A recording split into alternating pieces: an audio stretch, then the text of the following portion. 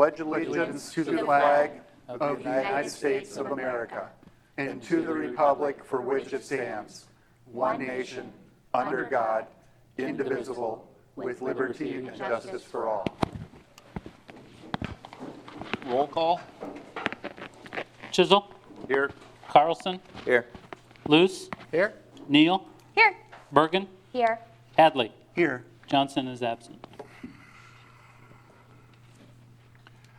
Approval of the agenda.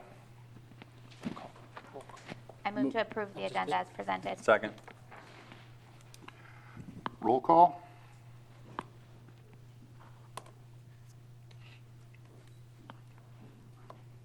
Bergen, Aye. Neal, Aye. Luce, Aye. Carlson, Aye. Chisel, Aye. Hadley. Aye. Okay, item 4, public comment. We'll get an update and annual report from the Decorah Human Rights Commission. Melissa Koch, I spelled Cook? Cook? Okay.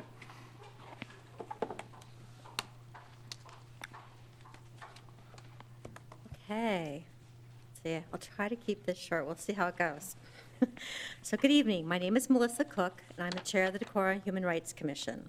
I'm here this evening to provide a report on the commission's work for the past year, specifically a little bit more than a year, specifically from March 2018 through August of 2019. I'll also share the commission's focus for the future and next steps we can take together. The commission was created following passage of a civil rights ordinance in 2006. Our mission is to increase community awareness and appreciation of human diversity through educational programs and to investigate claims of discriminatory practices and provide appropriate remedies where discrimination has been found to exist. Specifically, the commission is responsible for investigating claims of discrimination in housing, education, accommodations or services, employment, and credit. The Decorah Human Rights Commission is a member of the Iowa Human Rights Commission, which is where those directives come from. And there are 7 commission members. Lisa Scott is the vice chair, Tiffany Macklin is a secretary, Carol Hemeseth, Brent Parker, Andrew Ellingson, and myself. The 7th member position is currently open. Laura Wright, pastor of the Decorah UCC, plans to submit her application for the position later this week. Catherine Thompson and Elizabeth Kane's positions ended in February. Members and applicants present, would you please stand? A couple people here. Great, thank you. The commission meets at least 6 times a year on the first Tuesday of the month from 5:30 to 6:30 p.m. In 2008, we met every month except for June, July, and August, and November. So far in 2019, we've met every month except July and August, and we plan to meet every month for the rest of 2019. So here comes the stuff. The Decorah Human Rights Commission has had a busy 18 months. We have done the following. We've addressed the destruction of homeowners' pride flags. 9 incidents where 2 pride flags were vandalized and 7 were stolen. We heard from many community members and the police department. We brainstormed what DHRC could do. One idea dovetailed with the Pride Committee's plans for Pride Fest. Have pride flags flying through Decorah during the Pride Festival. So I want to give a pause for that, so I can go on and talk more detail, but I think this is something you can read later. But given the controversy over the flags down Water Street in Decorah, the commission wants to remind the city council that the request for pride flags came about from the hate crime activities. So that request came from hate crimes happening in our city. So, and these were directed at fellow LGBTQ community members. Beyond that, we also discussed hate instances that occurred at Luther College. We offered support and resources to the police department, Brent being one of the police officers, he's actually on a commission, and then Luther College. Lisa is also the now the Vice President and Dean of Diversity at Luther. We also reviewed Decorah's hate crime policy created in 2009, shared DOG's hate crime laws, and included distinction of hate crime and hate incidents in DOC internal documents. So we had many concerns, many reports, many people coming to us. So we increased the public visibility of DHRC. We distributed 500 brochures about DHRC and how to file a complaint to local businesses, organizations, schools, and Luther College. I think you have those brochures, right, Chad? Yep. Yep. Okay. So we also had an ad, courtesy of the library, posted on the public television channel to let people know, created a flow chart. One of the things that we found that many of our members didn't know actually what the process was for, when a hate crime comes in versus a complaint, what is the process? So we have that flow chart, and we're sharing that with the community as well, so they understand the process. And those are on the webpage. And we also have carried signs in Pride Festival as well, letting people know about us, and a lot of other things. The next, another piece that we've done a lot more is invited community members to DHC meetings. So, of course, on our agendas, we have community comment time, but I felt people aren't often comfortable and don't even actually know that they can come, even when it's posted. So we actually made invitations to people, letting more people in the community know who the commission is, what it does, and how it can help, and the commission members to learn more about what discrimination community members are experiencing, too, because people were kind of feeling like it wasn't happening. Well, you actually have to hear from people to know what's going on. So we also hosted and supported events. The Ethnic Arts Festival, hosted by Luther College for over 30 years. The direction they want to take that is become more of a town and gown event, predominantly because a lot of the people attending are parents with young children. And so and it seems like a great way of kind of educating the community about other populations. To this last one, so we didn't move it yet, but that's the plan, is actually to move it maybe to like the high school or some other more local thing in town, and still have it run with Luther as kind of the main person running it. We also, to this last Ethnic Arts Festival, invited the Ho-Chunk Nation leader, Bill Quackenbush, to present at the event. And while he was in town, he also met with the commission and city leaders. Further engagements with the Ho-Chunk Nation are in process with the Luther College and with others, including the Human Rights Commission. And the goal is to have the culture and history of the Ho-Chunk that is part of Decorah visible in Decorah. We focused on letting next steps develop in coordination with Ho-Chunk, so letting it be a little bit more organic rather than directing. And we tend to reach out to other Decorah organizations such as the Historic Society in the future. We've led implicit bias events for government workers. Approximately 40 employees attended. Future events under discussion for 2020 include Martin Luther King event, International Women's Day, possibly Cinco de Mayo or Day of the Dead, Indigenous Peoples Day, and other community events. Implicit bias events for business owners and employees. We've had some discussion about attendees might receive an all or welcome sign to post in their business windows. And we've also talked about a DRC event series that we would address all those things I named about housing, accommodations, education, and open that to the public. So we could learn more from folks who focus specifically on those areas and human rights issues, and let others know as well. And I'm going to skip over some of these.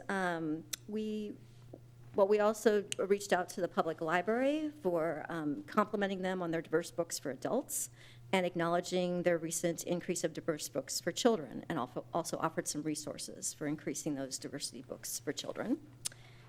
And by diversity, I mean that they're about people who are not white, and they may be by people who are not white. We recommended a Decorah High School student for the ACLU Support Manheim Youth Advocacy Award, and it's a $500 cash prize given to a young Iowan between the ages of 14 to 19. We're saving their name for later when we learn more of whether they won or not. We did have here's some more important stuff. So we did have one formal employment discrimination complaint filed. So actually went through the process. This complaint revealed a number of deficiencies that we have here. And we're not alone, actually, in this. So the complaint revealed 2 issues. Many businesses and Decorah residents fall outside of the commission's jurisdiction. So this was kind of news to most of us that had Chad make me this little map. So we're only covering this little area of folks, which is about 8,100 of us, and there's another total of 14,000 that's the whole area of Decorah, which you all probably know because you're on the city council, but we weren't quite so aware. So there's quite a few folks and businesses that have Decorah addresses that fall outside of that. Might not be such a big deal if we were really close to Des Moines, because then they could go, work with the Iowa Civil Rights. That's a challenge for some people, especially the people who came to this. That was not possible, really, for them to do. And then we also found that the DRC did not have sufficient legal support to investigate claims. So the commission was, from the instructions we had from the Iowa Civil Rights Commission, we understood that we would have either sort of a template to follow if we were going to do an investigation, which means interviewing people, talking about subpoenas, these kinds of like legal things, or have legal counsel available. And none of that was available to us. And so I did some investigating of like, what are other people in Iowa? We're not, the only side is this. There were many people, Mason City, Grinnell, others are struggling with the same issue.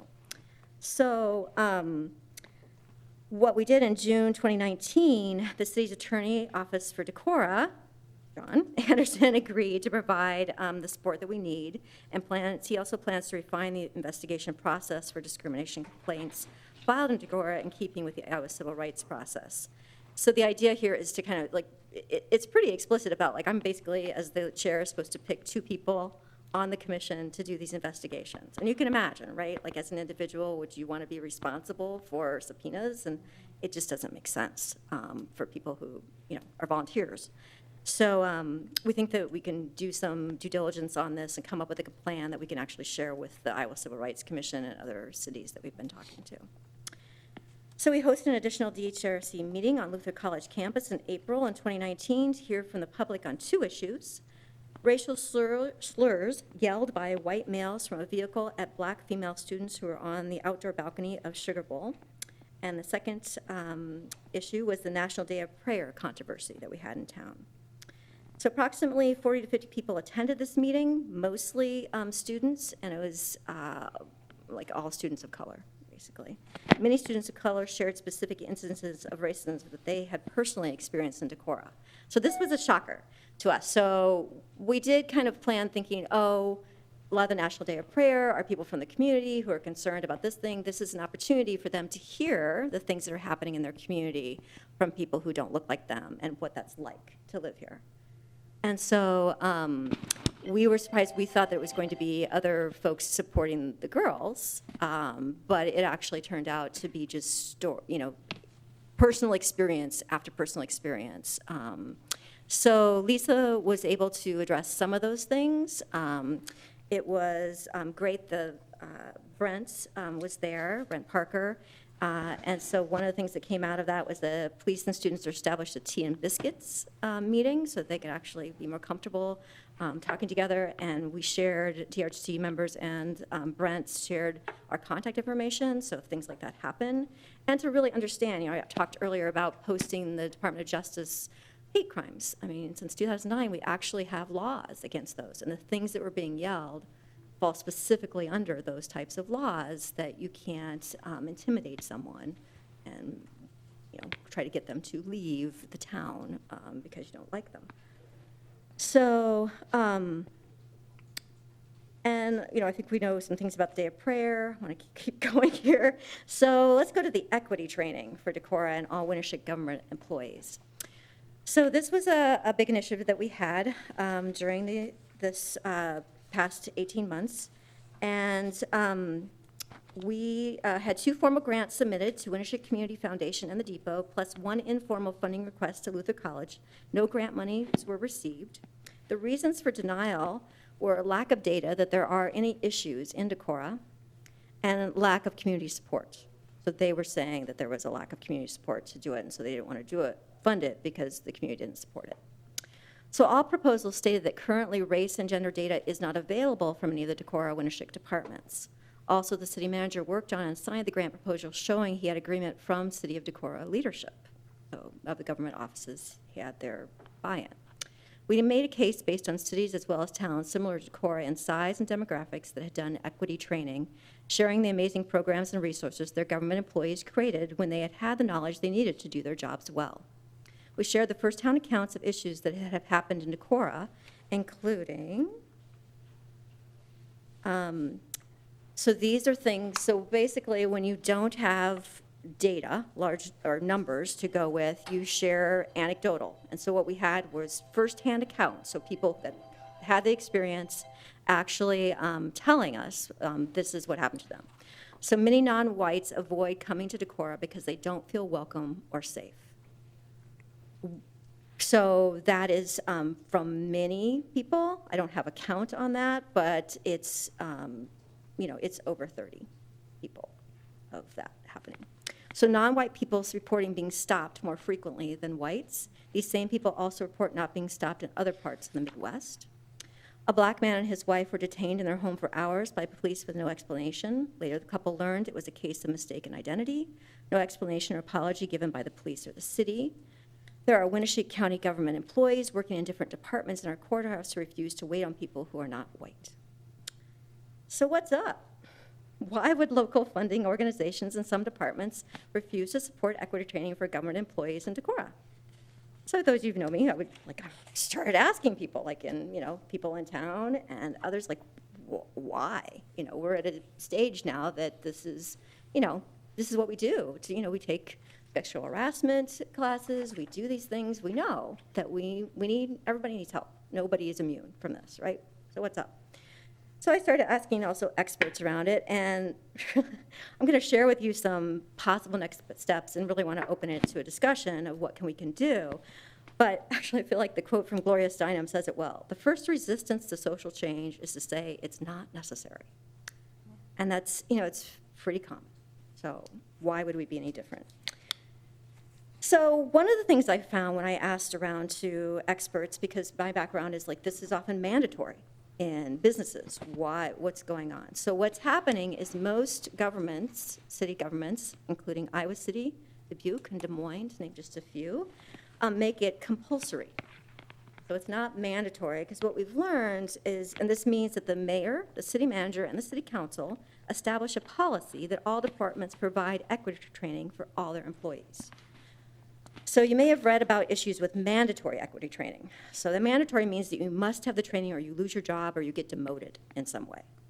So what happens, the research shows that employees retaliate by refusing to participate fully or becoming more discriminatory in their behavior. Compulsory means that the training is part of the tool set the employer provides to employees so they can be successful in their jobs.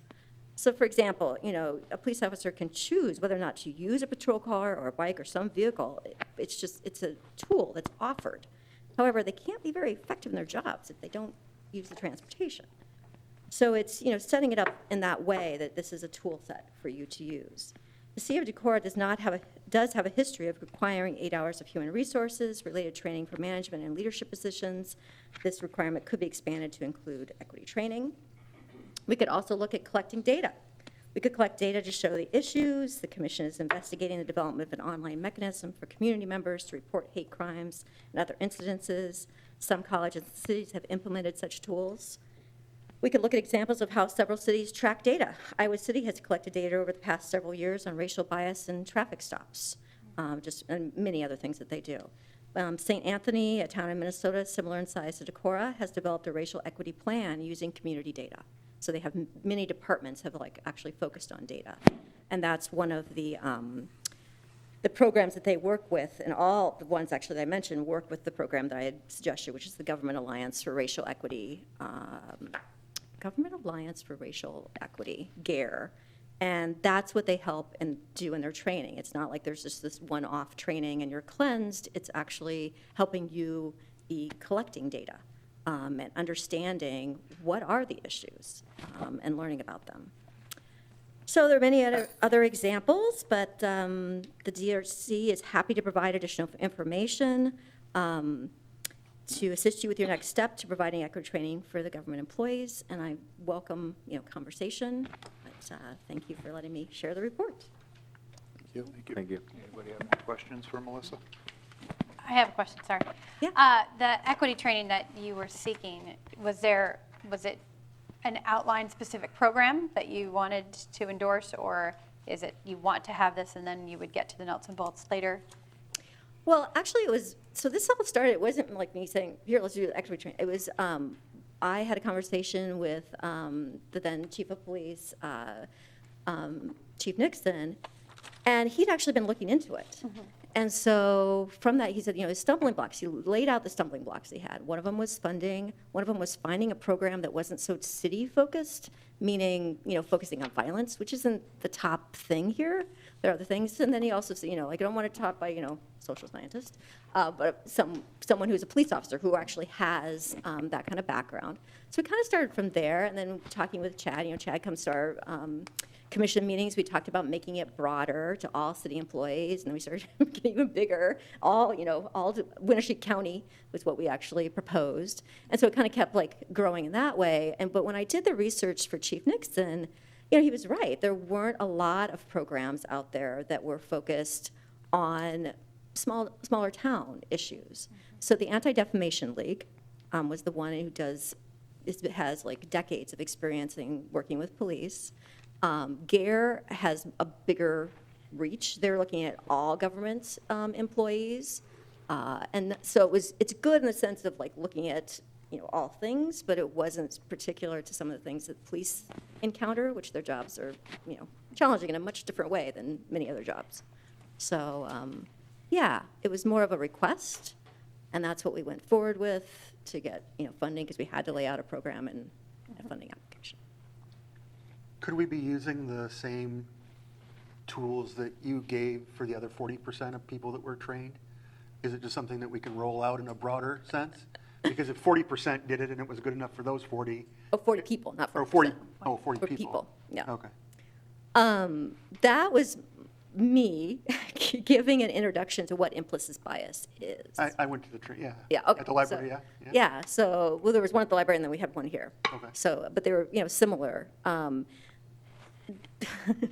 So there's more to it than just that. There's what I'm not prepared to do with, something more is there's some difficult conversations you have to have.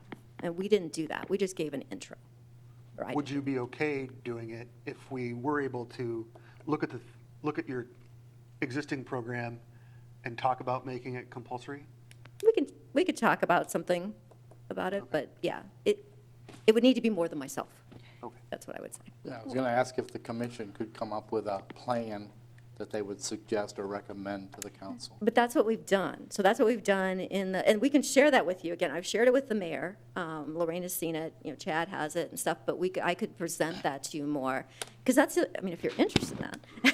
So I'm always the bottom line type gal. So there's a limited time offer ending at the end of the year for doing all of it for $7,000. So it's a specific program, just to clarify. it's working with a specific group, and they've crafted a program for us. And have we looked at, so I'm sure you have, right? So it is a program that the Human Rights Commission, feels would be applicable to a community our size with our issues. Right. I've done the research, but I don't know of another program out there like GARE that would look at such a holistic, approach and having departments working long-term on issues, but I'm sure each department could come up with other resources they know about in their field. So there's kind of different variables different types of programs you could put together. So Chad, a question for you. We had previously this year, I think, talked about that HR requirement, the number of hours for the different steps, and how currently some staff end up returning to a repeat training essentially to get those hours. Would it be something, if there was an equity training available, that could count towards HR hours? Oh, absolutely, and some do.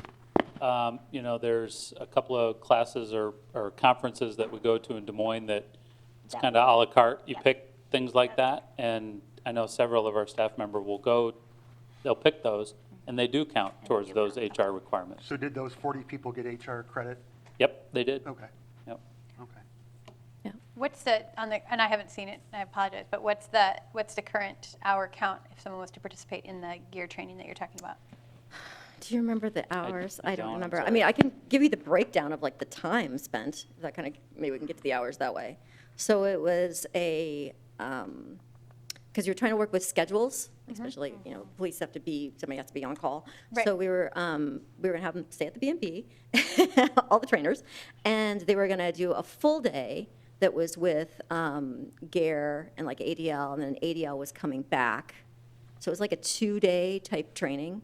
sort of thing. But then GARE, you're actually basically putting together a racial equity plan or an equity plan, and you're doing that over time. And what GARE was really interested in is, so Rochester is participating in La Crosse, and Dubuque would really like to work with us. I actually call her quite often, the person who heads that up, because she has a lot, she's been doing this for 20 years. And so there are other communities who would love to work with us, and that can save us costs down the road, because there's other GARE trainings. And that's a thing to like look at too, is that you can do like implicit bias as sort of an individual and kind of get some clarity around like what you may be doing personally and understanding. But what GARE is trying to do is say, okay, this is a systemic problem, right? And you all are managing organizations that are a system.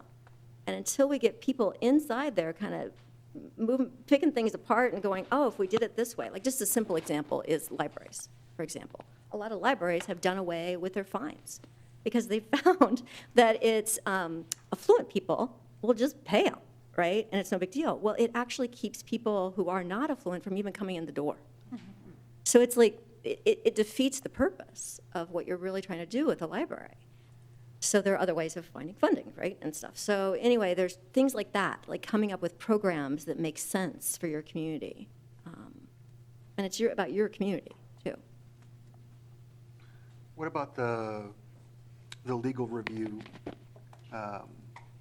concept? Will you come back in a shorter amount of time and give us an update on that versus Yeah. another year or 6 months? Yeah, yeah. Yeah, we can do that. Right.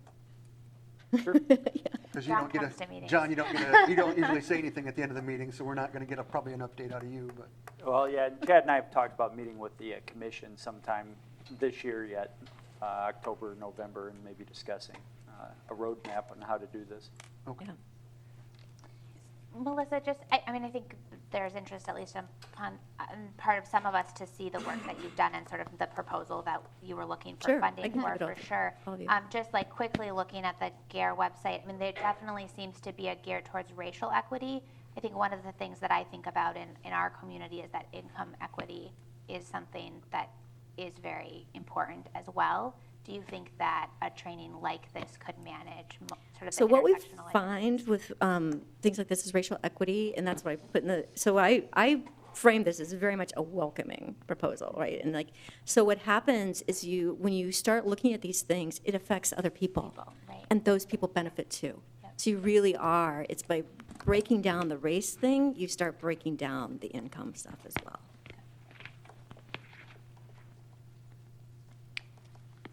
Yeah, Thank you. Okay, you're thank welcome. you. Thank you. Thank you. Does anybody else have a public comment for an item not on the agenda? Okay. I will close the public comment section and go to the consent agenda. I'd like to lift item C off the agenda. For further discussion? Yes. John, that's acceptable? Yes, And then we'll- we talked about this earlier. This isn't clearly addressed in the city council rules of procedure, so I've asked around about what the prior practice has been. And my understanding, there may have been some inconsistency, but we'll try to be as consistent as possible. As long as there is a request to pull something off the consent agenda prior to a motion and a second to approve the consent agenda, I think it's appropriate to have it pulled off. I also think, not for tonight, but down the road, we should specifically address this in the city council rules, so everybody is operating off the same songbook for that. But for now, as long as it's pulled off by one council member prior to approval of the consent agenda, it'll go on to the regular agenda, and you can make a motion to approve the balance of the consent agenda. Okay. All right, so we have the minutes of the August 19, 2019 and August 26, 2019 meetings, claims, consider payment of wrap-up expenses for the Main Street Program application process in the amount of $136.37, renew the Class E liquor license for Walmart, including Class B wine, Class C beer, and Sunday sales privileges, partial pay estimate number 1 for the Oneota Drive Bridge Replacement Project in the amount of $117,220, or $117,223.77, and Resolution 2998, accepting as complete the RCB Dry Run Box Culvert Project.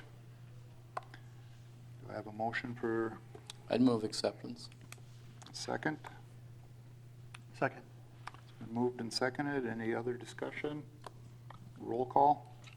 Luce, Aye. Hadley, Aye. Bergen, Aye. Chisel, Aye. Carlson, Aye. Neal. Aye. Okay, and then we will go to special event application celebrating Constitution Day on Friday, September 20th, 2019, from 2 to 4 p.m. This is in your Dropbox. Special event application to raise flags along Water Street and to hold an event in Water Street Park, Friday, September 20th, from approximately 2 p.m. to 4 p.m. The event is in recognition of Constitution Day and Constitution Week, September 17 to September 23rd, 2019. And a point of clarification, I did talk to Tom today too. We talked about this at the department head meeting this morning. The intent is for alternating U.S. flag, Gadsden flag, and Betsy Ross flag on light poles down Water Street. So it is alternating U.S. flag and then alternating the other two.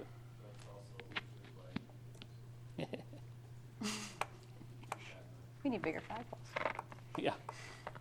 Okay. and So Jake- those would still be put up as well, Jeremy, or not? That's a predetermined, as part of our current flag policy, it's family weekend for roofers, so yeah, those go up. Okay. Current policy. Okay. Do those go up Friday morning, or do you put them up Friday afternoon? Friday morning, depending on Monday morning. Otherwise, it's too busy to try to do it. Yeah, no, okay, and, So I'm well, having a question regarding the, okay. is the event Constitution Week celebrated on that day?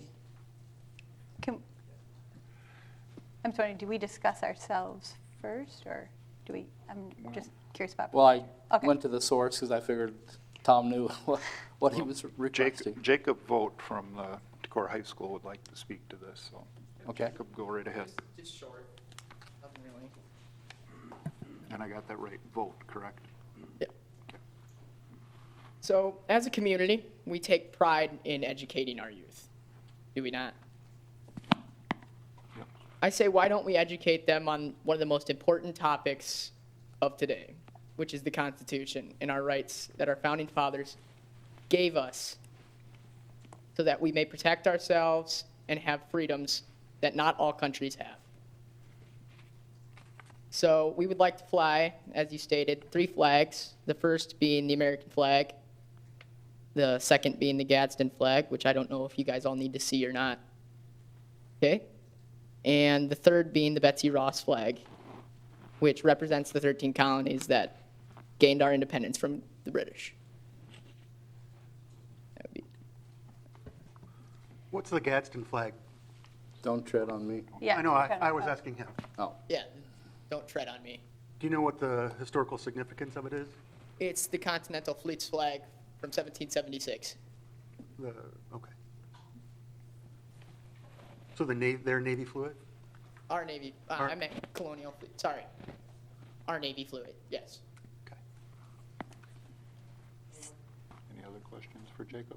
No, I think as I'm looking, I mean, I can make comments, is that correct? Okay, so as I looked up the flags, and I admit I had to look up the Gadsden flag to get the history and understand what you were asking and what it meant.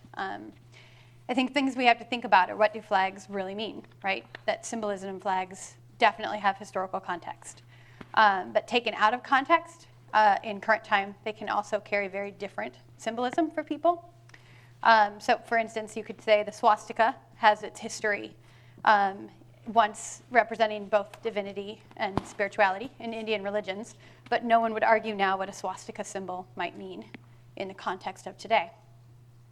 And so while I recognize that both the Betsy Ross and the Gadsden flags have historical content, They also have symbols and have been used as symbols of white supremacy and nationalism in our current time. And so taken out of context, out of their historical roots, may suggest something other than was the intended, their intended purpose by the Wenatchee County Republicans and also their intended historical context. I also think that those are two flags right now that are controversial in our country. They're embroiled in lawsuits already across the country dealing with racism and hatred. And so I don't think it would be appropriate to fly these flags on Water Street. And as I did further research, I looked for both sides, right? I went to a site called Gunbacker, and they had a great quote, which I think is really important, that they said, like any other symbol or phrase, the iconic "don't tread on me" quote has become murky in meaning over time. And without a concrete understanding of its history, the flag may not convey the same ideals as it once did. And they go on that, to mention that these can be potentially racially charged symbols. I would argue that if people are looking at them that way and we've lost the history of them, then our schools have lost the ability to teach our kids history. And if this is what we need to do to raise awareness as to how our country came about, then this is what we need to do. We actually do have Constitution Day at the high school on September 17th, and we do celebrate it every year. Okay. Mandated from a 2004 Senator Byrd resolution. Yeah. And if they want to fly the American flag on Constitution Day, I think we have a flag that represents the ideals of our nation. It's the American flag, and any other flag used to do that is to me, discounting the significance of our American flag and what it means. I guess I haven't heard the controversy behind the Betsy Ross flag. Can you fill me in on that? Well, I think both of the flags that, Is that what it was? Yeah. I mean, I understand the Gadsden flag was adopted by the Tea Party and everything around 2009, 2010. So I could see if people thought maybe there was a subversive meaning there. But I don't understand the Betsy Ross flag, how that could be So there Tom, was you had a comment? there was a suit, actually, Nike was going to use the Betsy Ross flag. Okay. And there was question because it's often flown, often in Ku Klux Klan rallies and at white nationalist parades. You'll see the Betsy Ross flag being flown. And I think that for some, the idea behind the Betsy Ross flag is at the time that it was promoting slavery. And so many in our country view it as a racist symbol. There again, history. She was an abolitionist. I'm just telling you how other people view it. Yes, and that, first of all, Betsy Ross was an abolitionist, so. Second, quit taking things out of context.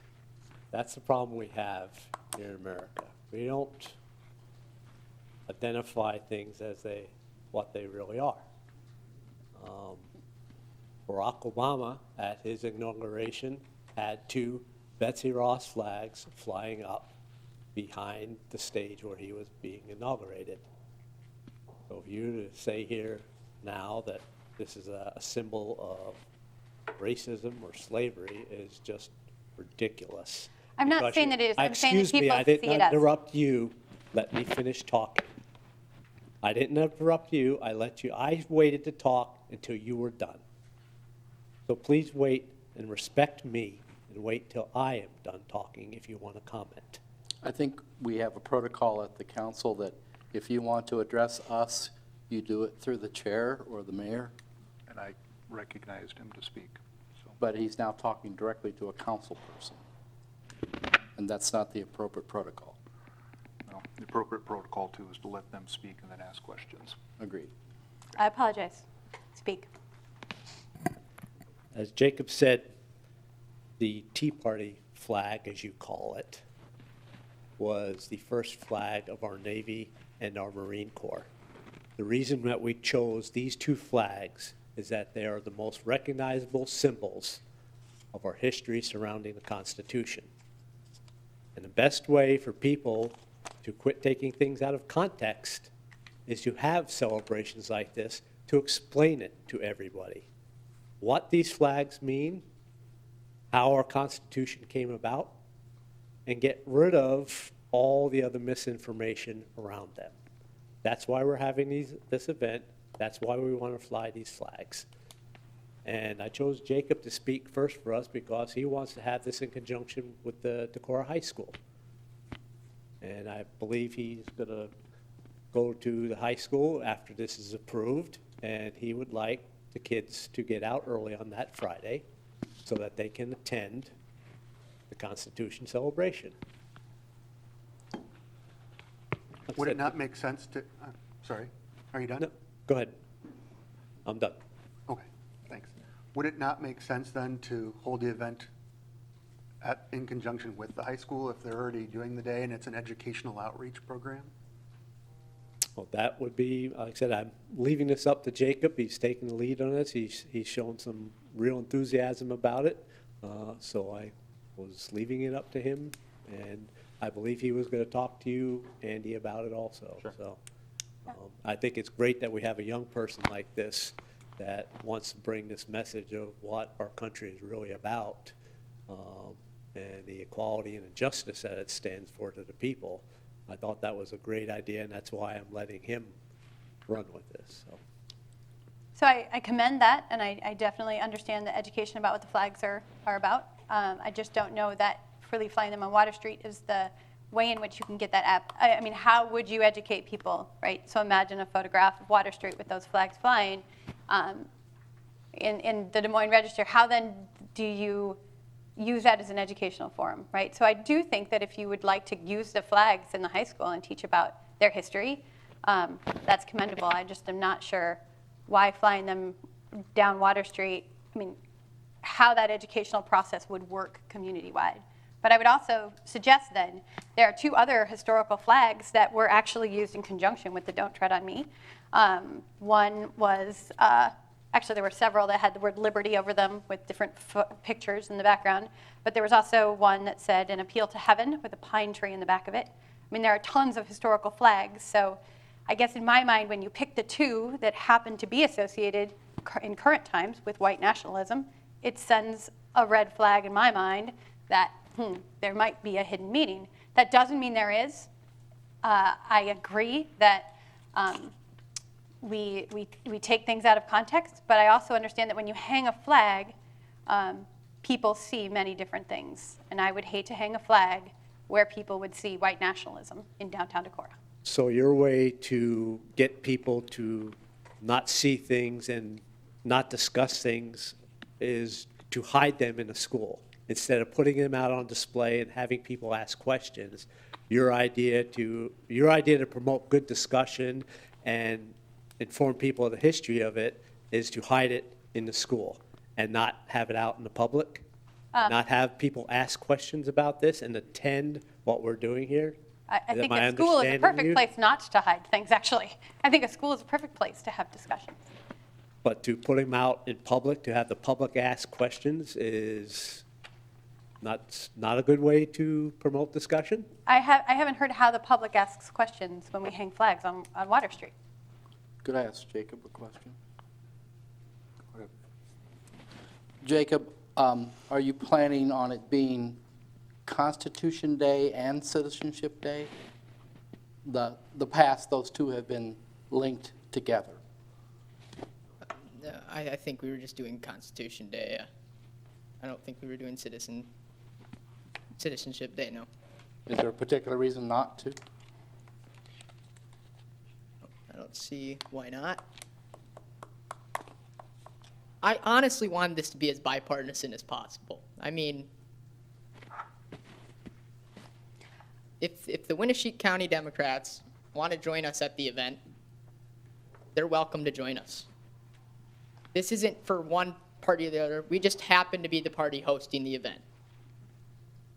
I'm just confused a little bit about using 1776 period flags when the Constitution was signed in 1787. Because these flags gained our independence. These are the flags that help. I think the fighters who carried them did.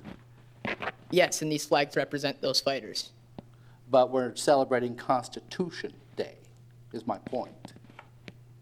And the signing of the Constitution on September 17th of 1887. So I'm not sure what the Revolutionary period reference is needed. Yeah, well, So I would have to say, thank you for your answer, though. I would say the American flag would be appropriate if you want to have a day to celebrate our Constitution. I would just offer into the discussion that we've definitely been in a growth period around flag policy and need to continue to remain dedicated to that conversation. And so hopeful that we can continue to do that. My understanding, as I read the application, is that the way our applications are set up right now, there's an event, and that event, this event is being held in a park that does not need any sort of application or approval from this council table. And so I commend any leaders in the community who want to promote their cause and create education and have that event. So the part of the question that's for us to consider tonight is the placement of certain flags on our city flagpoles.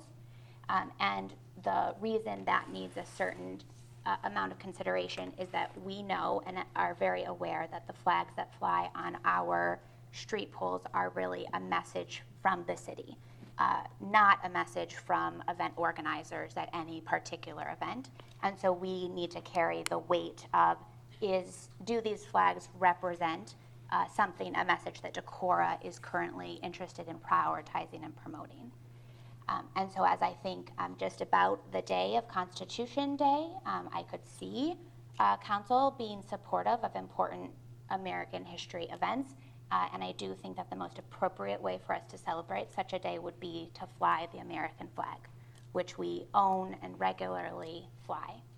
I don't see a particular call or purpose or priority on our current city agenda that would promote flying other than the American flag, as that American flag would sort of universally address this event. And then we could have the US flag and the Luther flag flying at the same time? Because, I mean, that would just be two flags then. So I think that, in the most recent committee meeting about this, yes, I think that is how the flag policy currently reads. I would state, because not everyone was at that committee meeting, there was discussion to make a change to that policy. For days that we fly the American flag, we would just fly the American flag. So that would be this would be another example of a day that would lead into a potential change. If that makes sense. Because we didn't normally fly the US flag on Constitution Day, right? I don't think it's That's not on the currently policy. our It's list. not on So But this they're is just asking the for the Luther Friday College. of Luther Family Weekend. Right.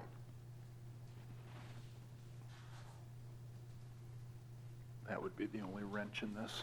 I like the idea, and I think it promotes discussion, and I like the idea of inviting the Winnebago County Democrats to do it in conjunction with your group. I think there's nothing more American than the Constitution, right? We should celebrate that. We should talk about it. Talk about the history. Put some of that historical.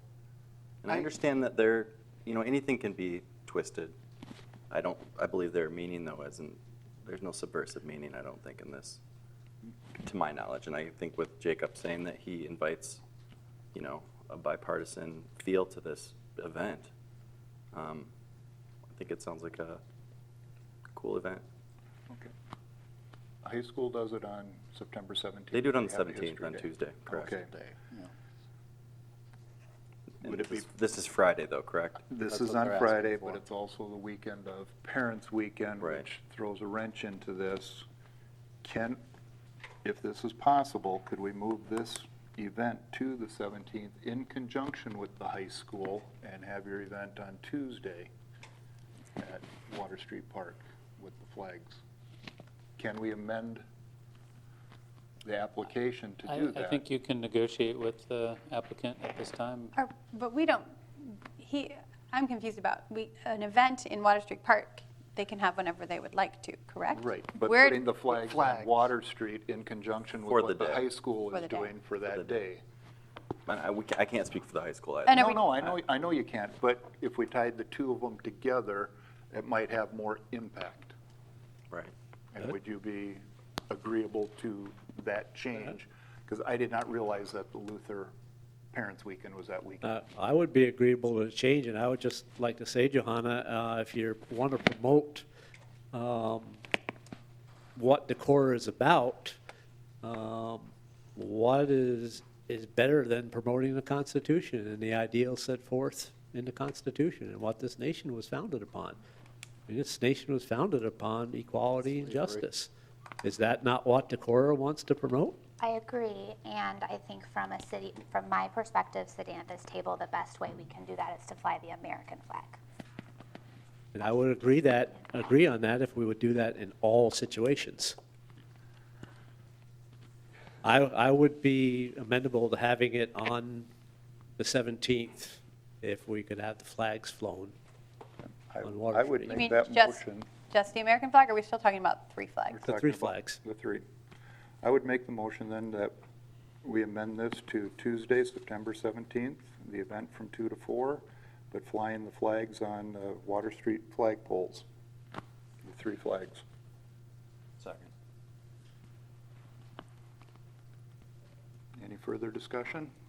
Clarifying, Randy, There. that your motion is to fly these 3 flags. The in- Betsy Ross, the Gadsden, and the current American flag in conjunction with Constitution Day that the high school will be celebrating and promoting, to promote a community-wide event. Do we have a method for educating the public on what those 3 flags mean? I mean, so if just the high school Is that students? something we could do at the Right- event? Right here, you got the media. That's the purpose of the event in the Water Street Park. Yeah. Exactly. That's the But that- purpose of the event. To maybe dispel some of those, rumors, or not rumors per se, but I would Myths. highly, I mean, Roll past 'em. I would caution, if you want to look on the internet about these 3 flags, and I'm not saying that your intent is misaligned.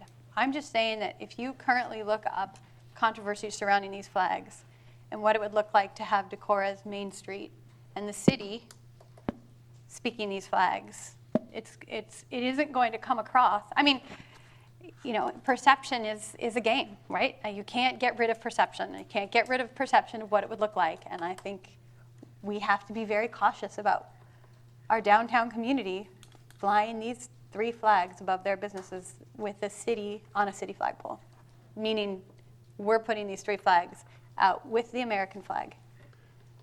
You get rid of perception by educating people, which is what this is all about. As an educator for over 25 years, I completely understand the power of education. And I also know that you don't educate people by just hanging up a flag and expecting them to figure out what you mean by it. That's why we're having the event. Okay. So, one more time, what was the recommended date? Tuesday the what? the 17th. Tuesday, the 17th You of do September. Citizen Day as well, Constitution Day. I don't believe they have in the past. Okay. Roll call, please. Something we can do that. Okay, we have a motion by Chisholm and second by Carlson, so we'll start. Chisholm? Aye. Carlson? Aye. Luce? No. Neal? No. Bergen? No. Hadley?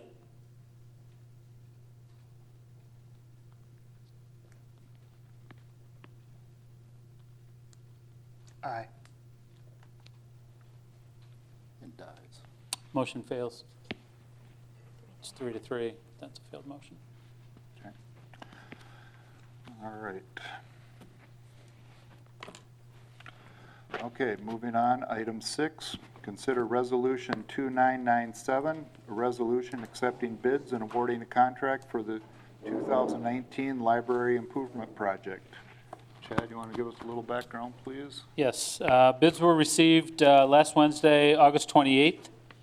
They were opened by representatives of Peters Construction and city staff here in this room. There were 8 total bids received, at least 1 in each bid package area.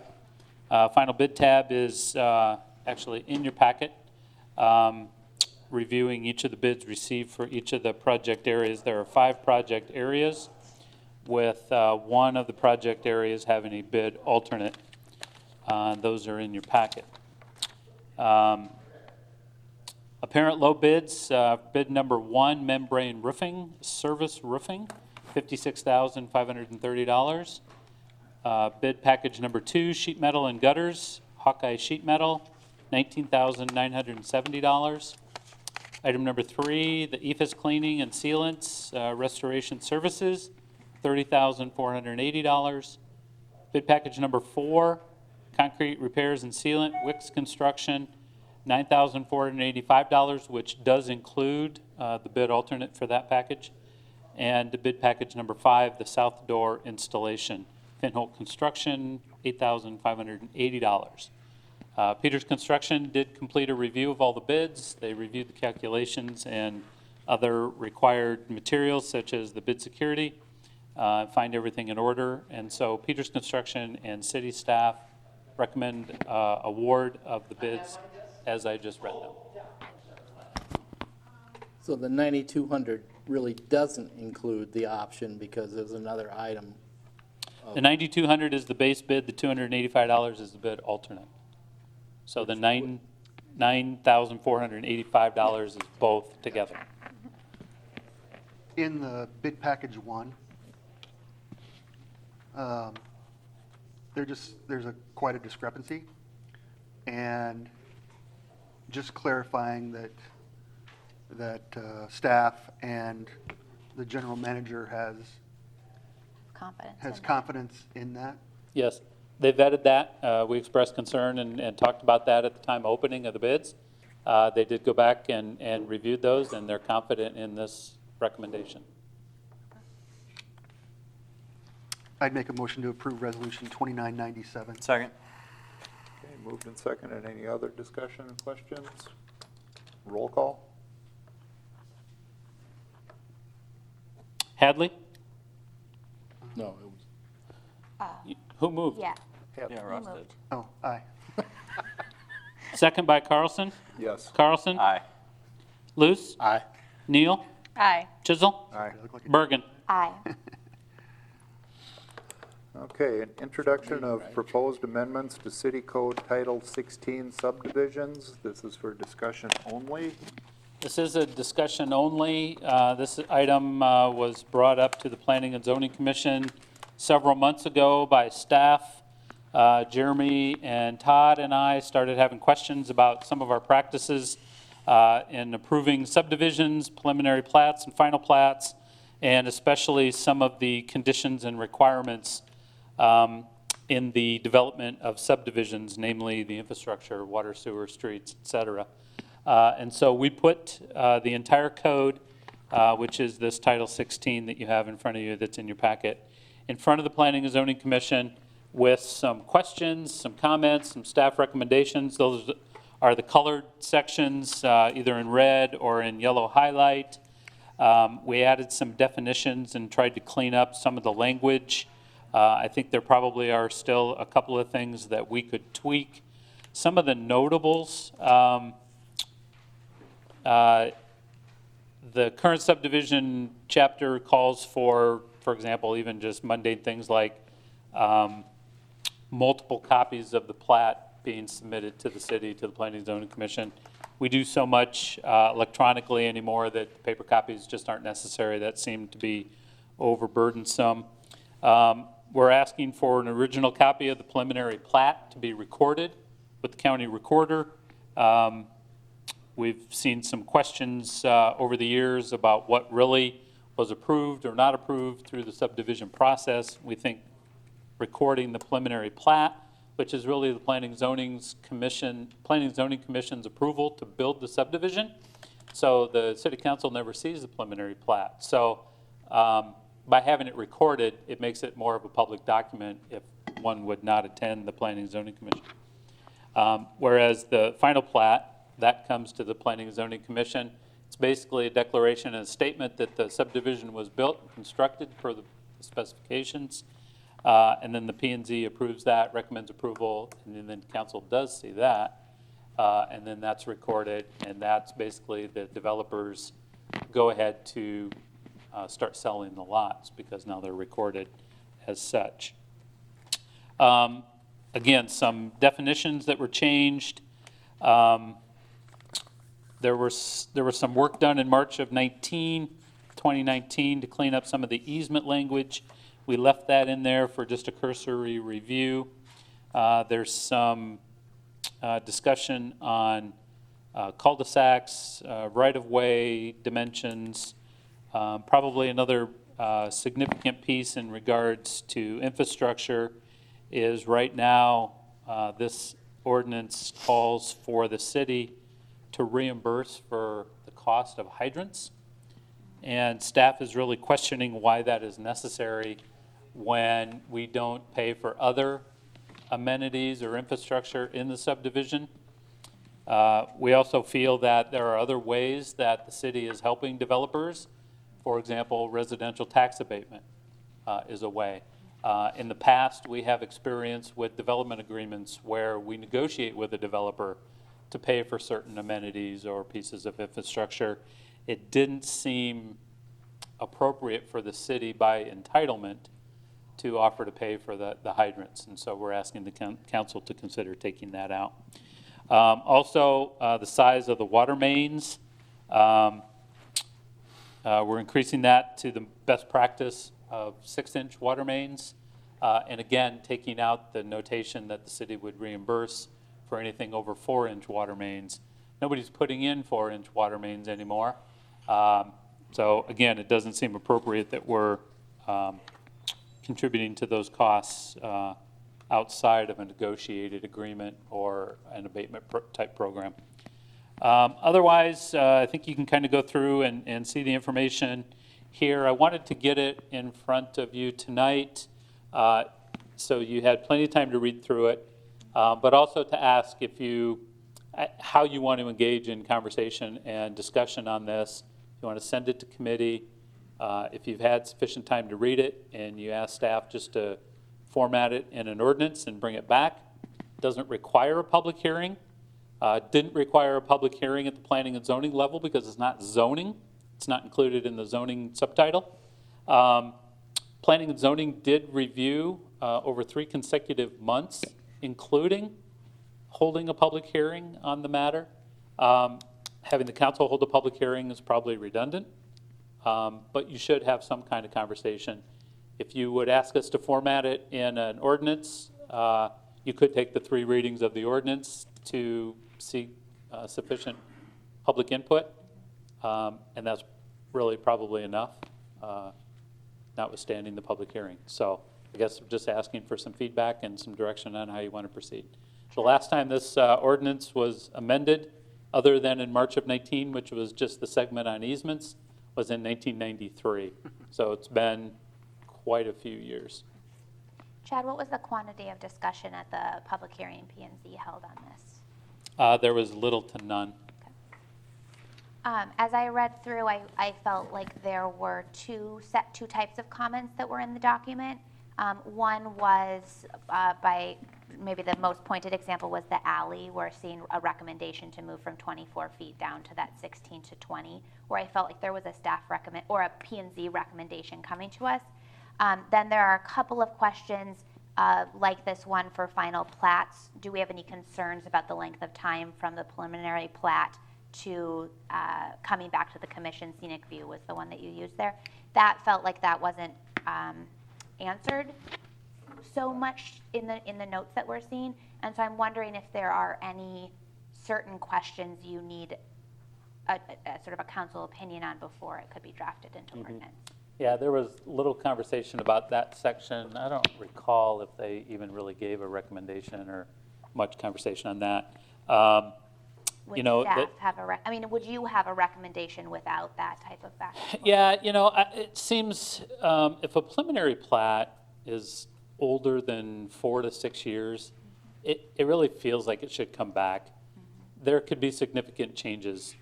Yep. For example, with Scenic View Estates, in the 14 additions that have been added to that subdivision over the last 12 or 15 years, it's gone from a county subdivision to a city subdivision. Right. It's had city infrastructure brought up there. It's been rezoned to at least R2 and R3, if maybe not an R1 in different pockets, right? Those are all significant changes, and it just feels like when those things happen over a period of time, we ought to come back and amend and restate the preliminary plat because there's been enough change. That 4 to 6 year timeframe makes some sense. I guess I'd be open for suggestion. I think so. I also think that if it went from a county to a city, that might be a catalyst for it to come back to. The only caveat there is we would have had the chance to review it because it's within our 2-mile review zone. And so at some point, and again, I don't know when it was originally platted. I'm guessing at 15 years. It might actually be older than that. But we would have had the chance at that time to see it. Now, whether we took that opportunity or we waived review, I'd have to do some research and see. Well, that's why I was thinking that might be a catalyst that would be triggering Yep. a review. Yeah, the only caveat is, in theory, we would have seen it. In theory. you're- But yes, again, that might be one of those significant changes where it calls it back. I just had a request to look at something. In section 16.4.180, we define SUDAS.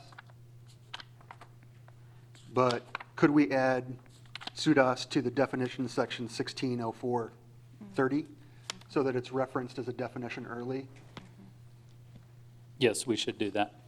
And then in the definition section also, I would request that a reference to our existing sidewalk ordinance be added, because sidewalk is referred to several times, but it's not truly defined. And we have quite a bit within the sidewalk ordinance itself. So if we could add either to the definition or some cross-reference to the actual ordinance itself within the subdivision document, I think that would be beneficial. Okay, good point. This is a question too, actually, for Russ and Steve, because I haven't heard any, but has anything come up with the sustainability task force meetings that might influence this particular ordinance or thought behind it? Like, have people just made any suggestions? No. Okay. Not as much. Okay. And I had a question also about Half Street. It's got a big paragraph there, but I don't think it says anything. I mean, I'm not sure you can understand what it says by reading it. So I would either say we Can need understand it. somehow come up with clarifying if it's actually you're talking about an entry into the division, an entry street, or Well, I think, and we talked about this a little bit as to whether we even really needed it or not. So there was some reference to it in other parts of the code, but we didn't have a definition. And so we sought a definition, but I think some conversation we've had is whether we even need it at all. Would we even allow a half street? And half street is a longitudinal half. So in other words, it's from the center line over kind of half, not a cross-section half. So, you know, that'd be the key question as to whether the city engineer would even allow a half street and in what situation, right? The other question I had was regarding potential open conduit or shared conduit. We've talked about it in different meetings. I would like to encourage the concept of shared conduit in future subdivisions. And if we can do it through this document without an ordinance, I think that would be beneficial. We can. My greatest hesitation with that, we can certainly put language in here that says we want a joint trench whenever something's opened up. But just like the hydrants, that incurs a cost. And so if we say we want joint trench in every new street or subdivision that goes in, we have to have a way to pay for that, right? And right now, I don't have a mechanism or a place to pay for that in current budget mechanisms. So that'd be my only hesitancy with that. I totally agree. I'd love to put conduit in wherever we're digging, but how do we pay for it? And so if that's not in. Can it be required infrastructure just like sewer and? I mean, if it becomes an essential corporate purpose? Yeah, but what would that purpose be, just requiring a developer to put in empty conduit for a city's future use? I think that'd be a challenge. Unfunded mandate? Yeah, kinda, right? Maybe it feels that way. I mean, we can talk about that more, certainly, and see what other cities Yeah. might do, but it just seems like it's the opportunity to have that happen. And if you lose that, it's only going to cost more down the road. Yeah. I think a lot of us agree. Trench, an open trench is an opportunity, but Well, funding is key. it is. Any other comments?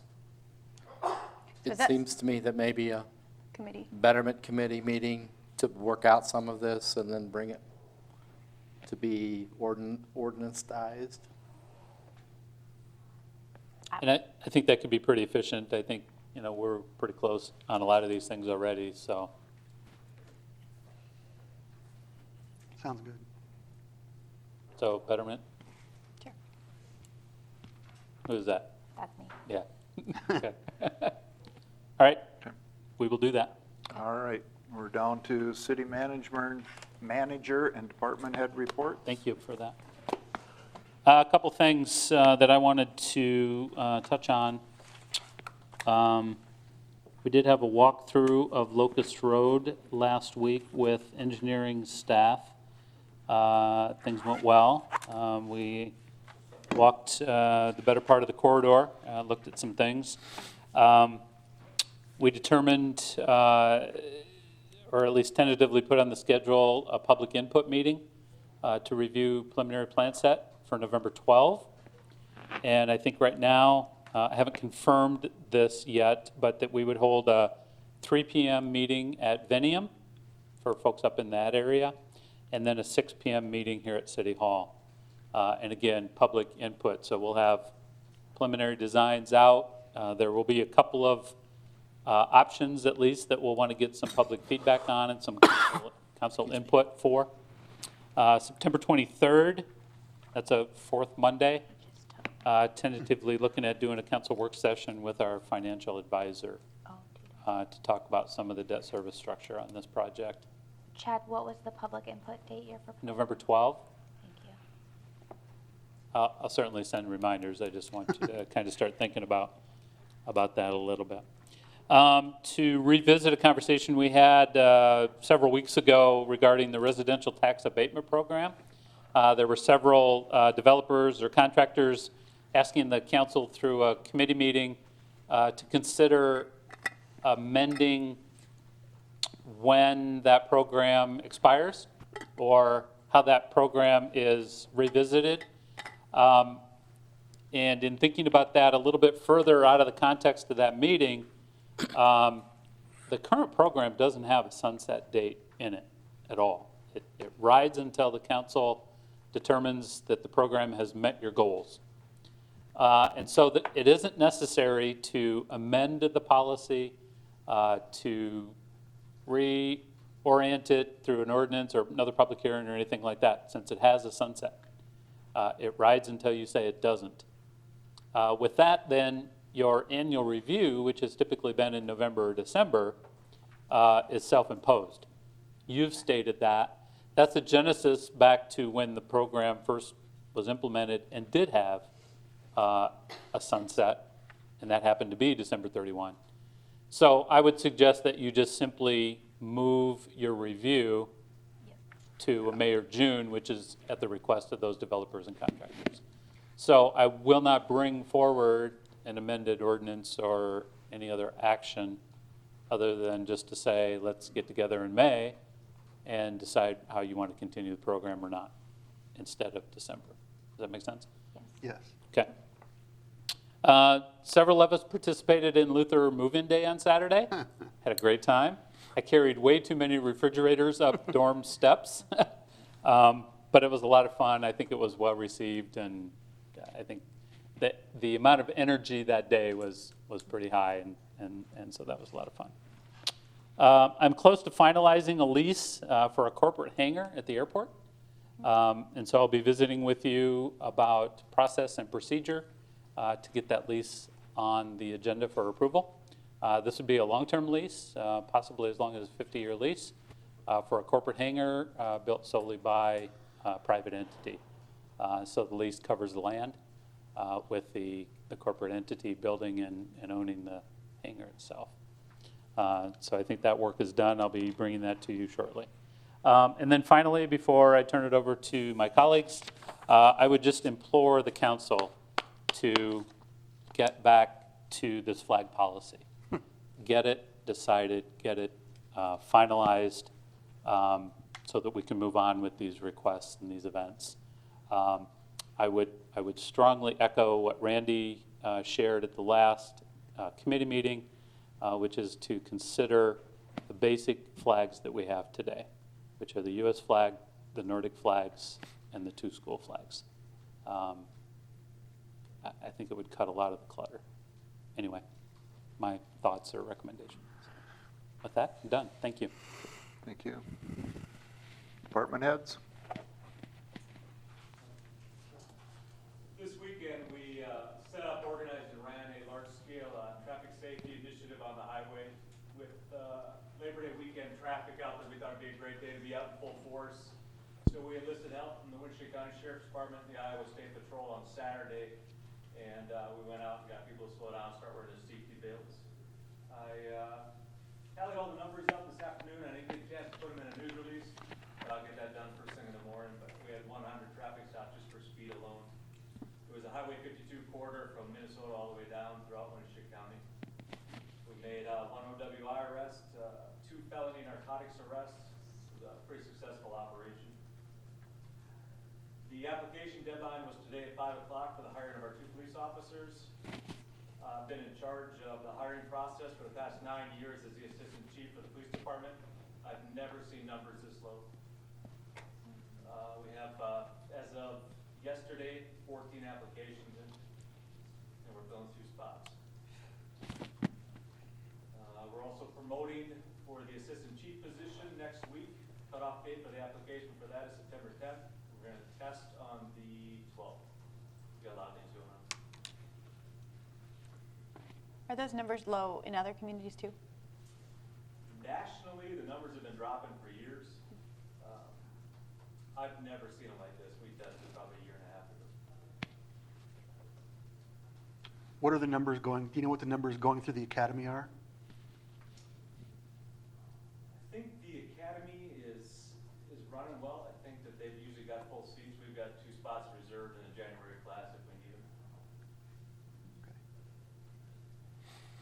Out of the 14, I believe 4 officers were certified that we have that applied.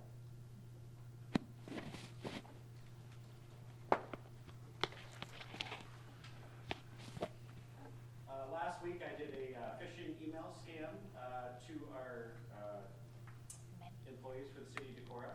Surprisingly, this time around, only 1 person had clicked on it. That person actually even called me to see if they should or shouldn't. And I said no, but obviously they had clicked on it before the call. So, but it leads to, in the last the Apple month or paper? so, there was 22 small municipality communities in the south in Texas, Alabama, Arkansas, I believe, that have all been hacked. And they were targeting small communities. So again, I was just trying to, emphasize to the department heads to communicate to the staff that be careful what you're clicking on in emails and that kind of stuff. Was it the Apple email? No. Okay, all right. Just computers, help desk type All right. things. I'll start doing a little bit more tricky ones. There's some educational things that we can offer to our people as well with it, so. Okay, several things this evening. The intern that was here this summer working in our office with Chad has updated our flood books. So if any of you council people would like one of those books, let us know. We'll get one ready for you. It's kind of just the protocol we follow in the event of a flooding emergency, and there's a great deal of information on that. It actually came out of the 2008 event we had.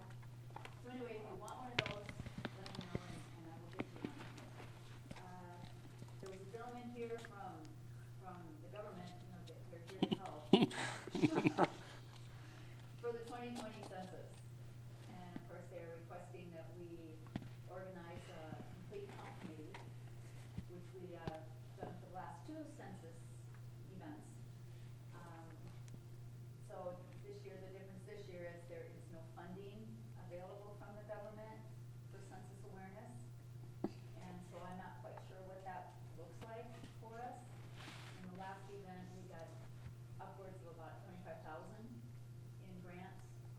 for promotion of the census, and of course, we have no money budgeted for that, so we won't have those resources. But, anyway, we will look at doing that and doing what we can for that census awareness.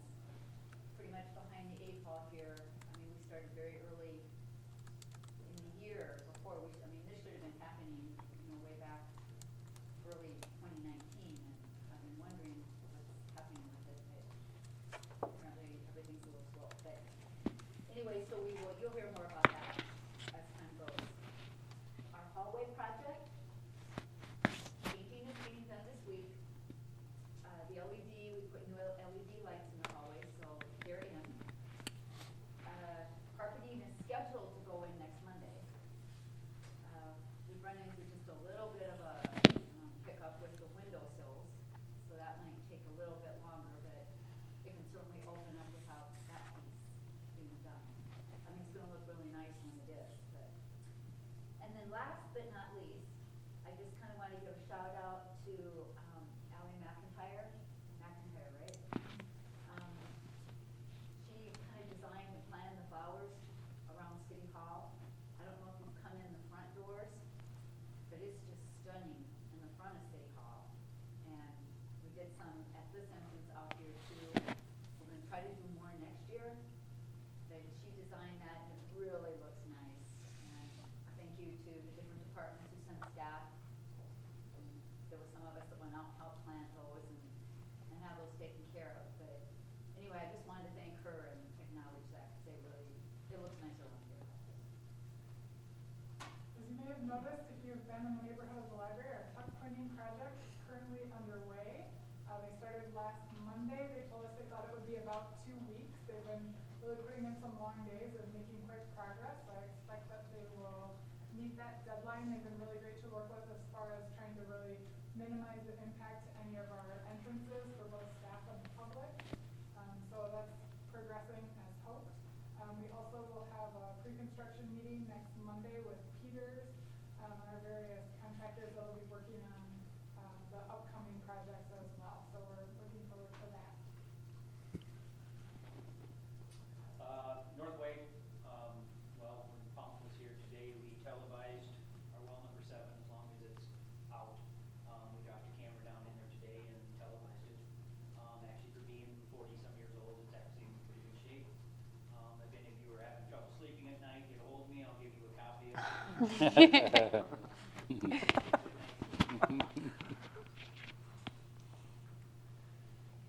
Monument Drive Bridge is going along smoothly. They placed 3 of the concrete beams last Wednesday, so it's starting to resemble a bridge. So if you'll recall, they're doing half at a time.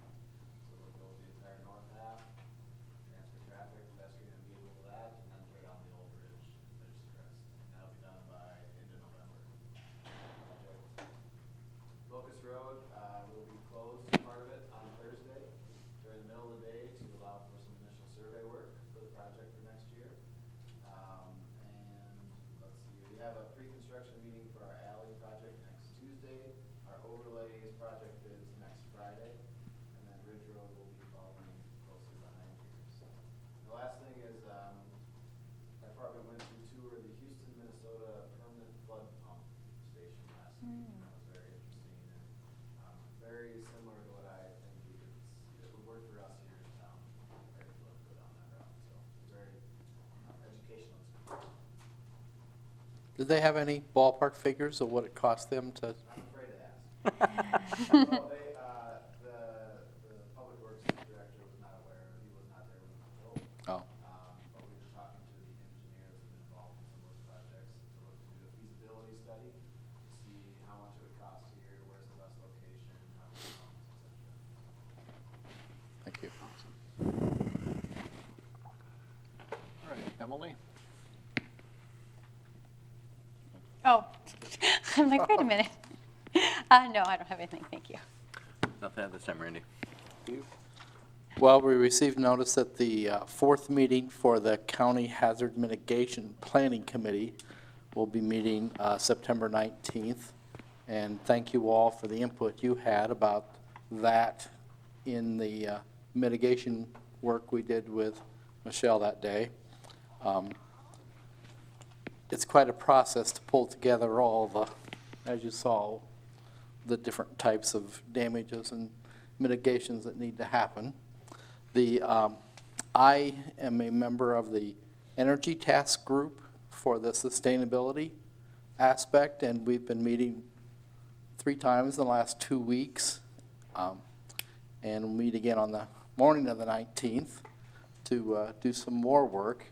There are 7 different groups.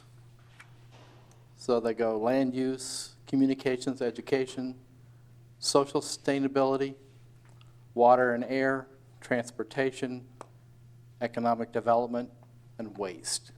So there are people who are serving on those different committees, working through the community and staff input that's been given, and then trying to formulate it into action steps, things to look forward to, and to devise it into a full plan. So that's been going on. I want to thank the council that were able to come on Sunday and have a play day and picnic, and it was a nice event. The weather cooperated very well. And then I wanted to say that the Alliant reply for the rate increase has come in, and now the Decorah area group is reviewing what they said to see how to respond to that. So it's going in process. Adrienne. Okay. Johanna? We have a couple of items to put on a community betterment agenda. Chad, what is the reasonableness of putting those both on that 4th Monday meeting? Subdivisions and flags? Could we do it all in? How long do you want to stay? Once I'm here, I'm here. I don't think that the subdivision one will take that Won't much take time. very long. I set time limits on both, too. What? You could always set time Time, limits we on can both. have time limits were very helpful last time. So if we could go ahead and combine the Betterment Committee agenda items with that. For 9/16? Open session. 9:23. Oh, I'm sorry. Sorry, that's what I was asking you when. I'm sorry, with the work council's coming in. session. Yeah, is With that the fair? financial Tentative yet, so let's just put that on hold. There's something else maybe working on that day, so I can visit with you about that. If that happens, then no. Okay. So holding the. Would there be 23rd. opposition to 9/16 though, your next regular council meeting? I am personally not available, so if Okay, someone else all wants right. to chair it, by all means. Okay. Yeah, so hold that thought. Okay. Thought held. Yeah, thank you, All sorry. right. Nothing else tonight. Ross? This last week, we attended the Iowa Downtown Economic Development Summit in Dubuque. It was very interesting, learned a lot about different ways that downtowns can become more vibrant through upper-level housing, through facade improvement projects, and through community visioning. So I have been discussing with Downtown Decorah Betterment ways that Betterment could reach out to business owners and maybe partner with SMID to move forward with ways to better downtown in conjunction with Iowa Economic Development. And then also, as part of the Sustainability Committee, which I'm heading up the economic development side, we've recognized that childcare is a real concern and have been looking at multiple facets of solutions for childcare, including in-home, certified in-home, the wages program, which would allow for better pay for certified childcare providers, and potential expansion of our just our certified daycare facilities in our community, because we live in a childcare desert, and it is a real economic development concern. I also attended the brand launch for that was presented by Cubic in conjunction with the Chamber Development and the Hotel Motel Marketing Committee. And I have my sticker on my water bottle, the Drift Less Council More. slogan. So I forgot my water bottle tonight, but I was going to present it proudly on TV. Do we get stickers too? So I got a sticker. So that's it. I have nothing to report from either chair, so do I have a motion for adjournment? Second.